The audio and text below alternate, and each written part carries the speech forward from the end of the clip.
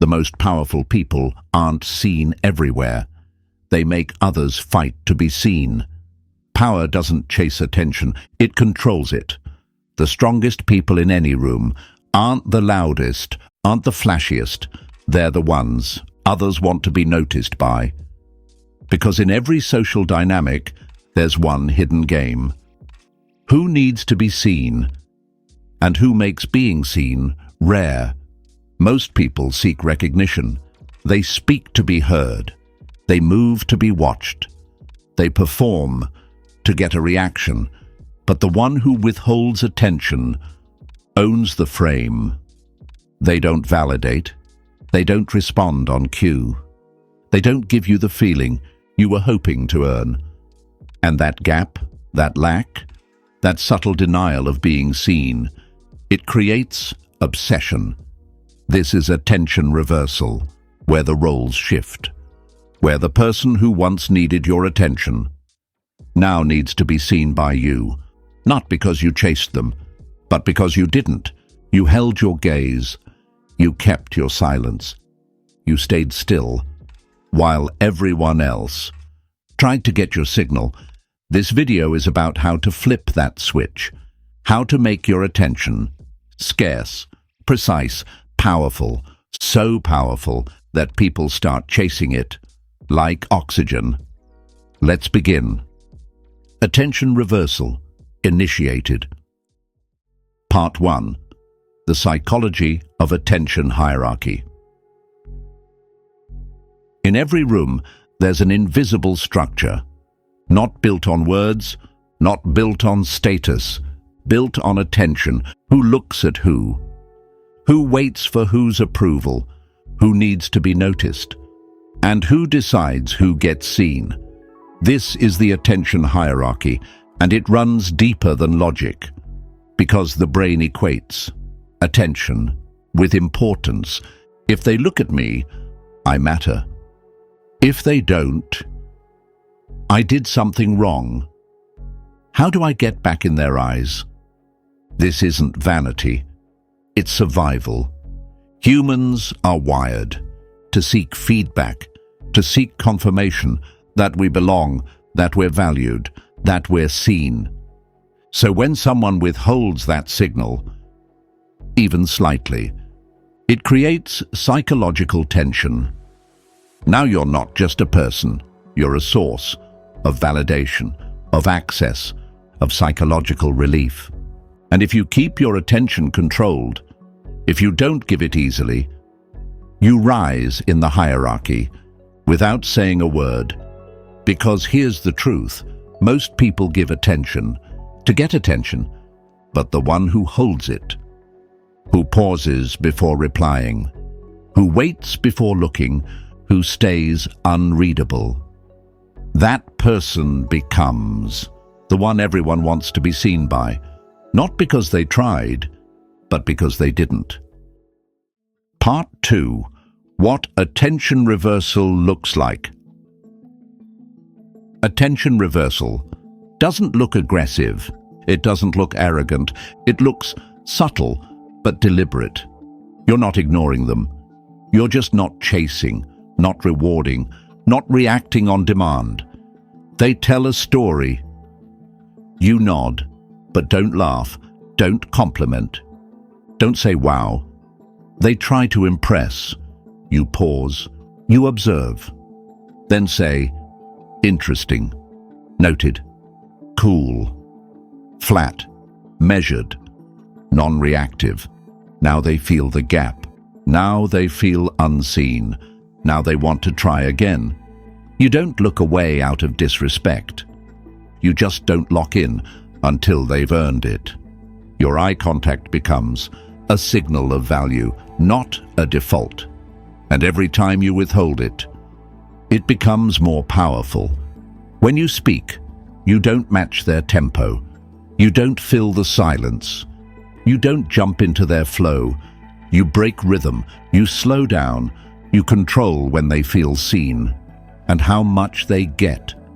It's not absence, it's curation. They may not realize what's happening, but they'll feel it. That every interaction with you, requires effort. That being noticed by you feels like something earned. And that tension, that space, that craving, it's not personal, it's structural. Because you're not giving attention freely, you're giving it strategically. Part 3. The 4 tactics of attention reversal. You don't need to ignore people to reverse attention. You just need to make your attention rare, not absent, just not automatic. Here's how you do it. 1. Strategic withholding. They try to get a reaction, a compliment, a sign of approval. You see it, but you don't reward it. Not right away, maybe not at all. Cool, makes sense, or nothing. Flat, short, unmoved. Now they feel it, the energy didn't land, and they want to try again. 2. Slow recognition. They make a point. Tell a joke, drop something personal. You don't react instantly. You pause, you hold silence. Then you give them something, but small, controlled, intentional. That pause before the reply, it makes the reply feel earned, and now they're working for your next reaction. 3. Minimal eye contact until earned. You're not cold, but you're selective. You don't offer steady eye contact just because they're speaking. You look, then look away. You glance, then wait. And when you do hold it, it means something. They feel it, and they chase more of it. Your gaze becomes a limited resource, not a given. 4. Controlled spotlight. Every now and then, you break the pattern. You give full attention, full presence, direct eye contact, soft tone. That was actually sharp. You handled that well. I saw that. Then you pull back, return to neutral. Now they're hooked, because they felt the spotlight, then lost it, and they'll want it again, even if they won't admit it. Each tactic does one thing: it makes your attention valuable, not by withholding it completely, but by controlling when, how, and why it's given. And once they associate your attention with rarity, they stop talking for connection.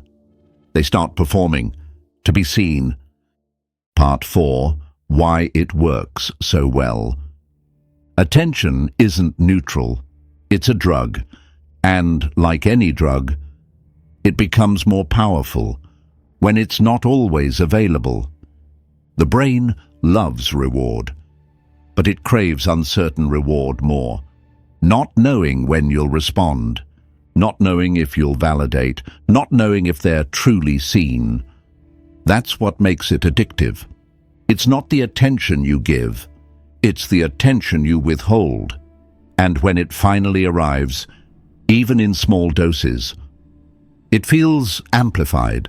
This is called intermittent reinforcement, the most powerful form of conditioning, used in slot machines, toxic relationships, and yes, cold psychology. It doesn't train people with consistency, it trains them with hope.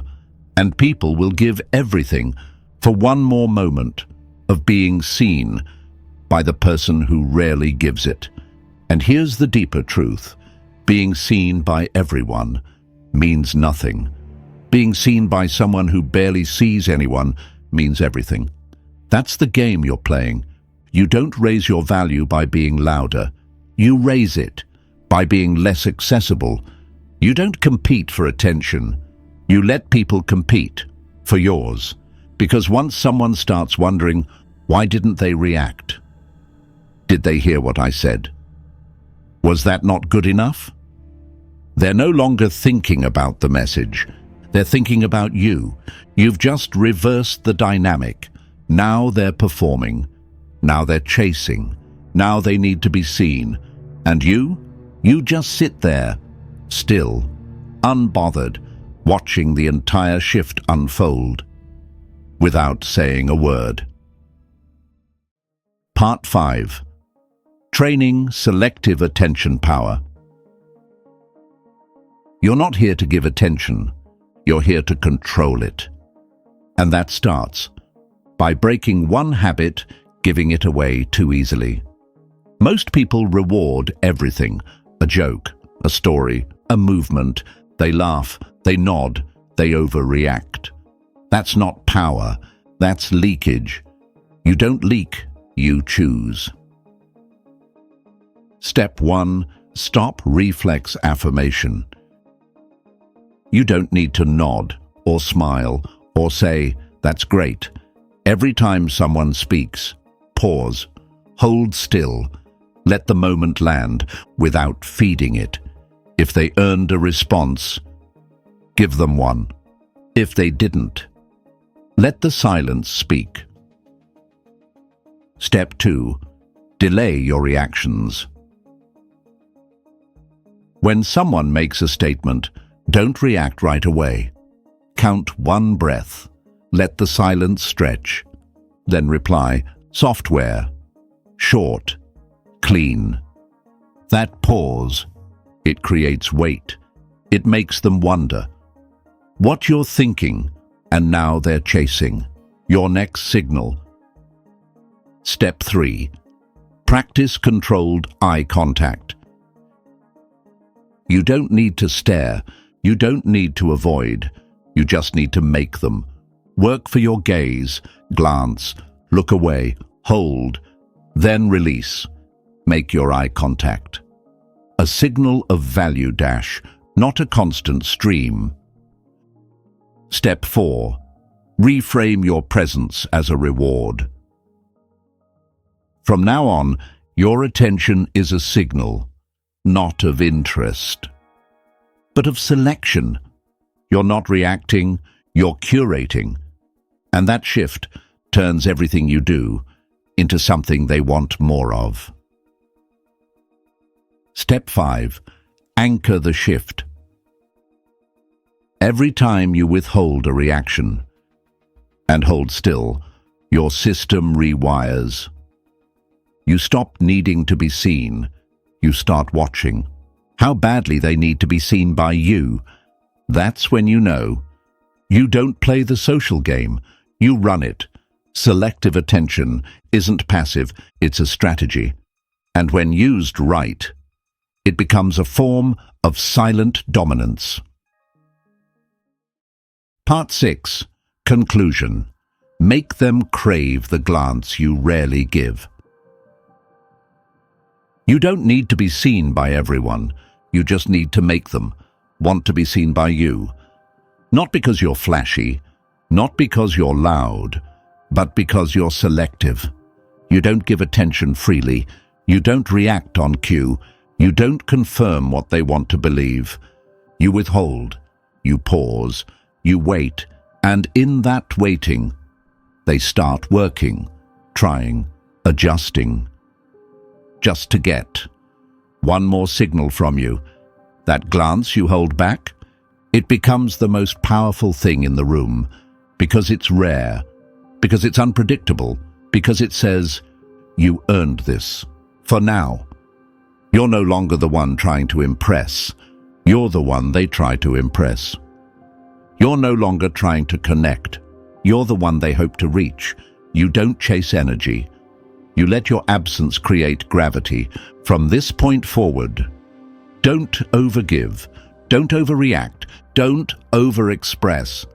Make them earn what you rarely give. And when they do, give them just enough to keep them craving the next moment. You might look their way again. CTA. For the next 72 hours, don't give attention automatically. Don't reward noise.